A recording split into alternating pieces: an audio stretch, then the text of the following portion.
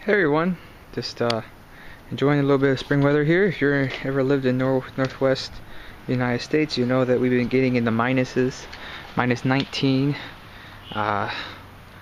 feet of snow now this year. Would be a couple of records, and I decided to start working on my carbs for my cx500 1980. And I've been looking around. I don't think these carbs have ever been rebuilt since I bought the bike. And it's been running pretty rich, and had a couple of little leaks here on the bottom of the bowls here, and I've been looking around for a kit. And you can buy the gaskets, whatever, nickel and dime me to death. They get expensive. So I looked online, and everyone suggested this kit here made by this fellow here, by this guy right here. And there's his website right here. But he makes a whole bunch of, I think he works mostly with 1100 cc bikes, but he also specializes in cx500 variants. So, because different years had different emission stuff, different a little bit different carburetors. But you can opt just for the kit, which has everything new, new parts, even some new screws. And for a little extra money, I don't remember how much it was. It wasn't that much more. You get a nice illustrated manual here. And for those who didn't ever monkey with a cx500 carburetor, they're a little bit of a beast, especially when all the little parts and everything. But to show you real quick, this is the nice brim book here, comes with it, and kind of just walks you through with what kind of tools you might need and all that stuff. Just like mobile. But then he goes in pretty good depth on how to take the carburetors apart and how to put it together and what to shoot, and troubleshoot spots that he's found in his history of working with these carburetors. But just to show you real quick, a quick overlook of it, and even some tips on cleaning them and where to clean them. And that comes just the kits is right here. But if you want to pay a little extra money, it gives you an option with or without a book. But here's the book, and really good job. It's not just something he's thrown together. It's really thought through.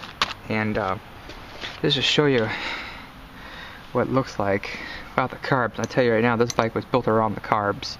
And me taking these back boots off and everything that go from the carb comes forward here, where actually be the front boots. Then we have the rear boots that go to the air box right here. I tell you now, these throttle cables look like the motor was put in after they were attached to the carbs, and the carbs are sitting here, and I think the motor was installed, because I tell you now, there was no room between the carbs and these cables here. And it took me 30 minutes to loosen everything up and take everything apart, and probably another hour and a half just to get the cables off of them. And I think I might have even actually ruined one. So you can see here, here's the cables. It's a push-pull system. So this is just the throttle, and then we have a separate choke cable I have here out of the way. So what I'm going to have to do is I'm going to see if it's any easier to disconnect the cables all together, which are right here, and run through the bike. I'm just going to disconnect the cables. I'm going to hook everything up back to the carburetors, and then put the carburetors in and refish the lines up through here and back up to the throttle cable, or the lost for words here. The what it is. I am lost for words. Sorry, guys. But a little under the weather here. But just show you a little project. Along with the carburetors being rebuilt, I'm gonna get some new tires for the front and back. I don't know how old these tires were, but they're getting worn down. They need to be a little more dependable, especially when you only have two of them. When it blows out when you're doing 55 miles an hour, you'll never learn to have that problem again. But just a quick overview of the bike here, the carbs, and of course, when you're dealing with taking away carbs, there's always a pile of parts. The gas tank had to come off, the side covers, of course, the seat. This hooks up to the back of the carburetors, it goes to the air box, which is under the seat, and of course on each side of the carburetor this goes to the front, back of the motor, which these are very hard to find. These rubber boots here, because of the curve on them, a lot of times, like you see here, it gets cracks, and I've looked around and they're over $100 I've seen sometimes just for one boot. I can't find the boots by themselves without the metal piece, so it must be a together assembly. But also check this O-ring here. This is a standard O-ring, rubber O-ring. You can probably get them anywhere. They're pretty standard size, pretty available.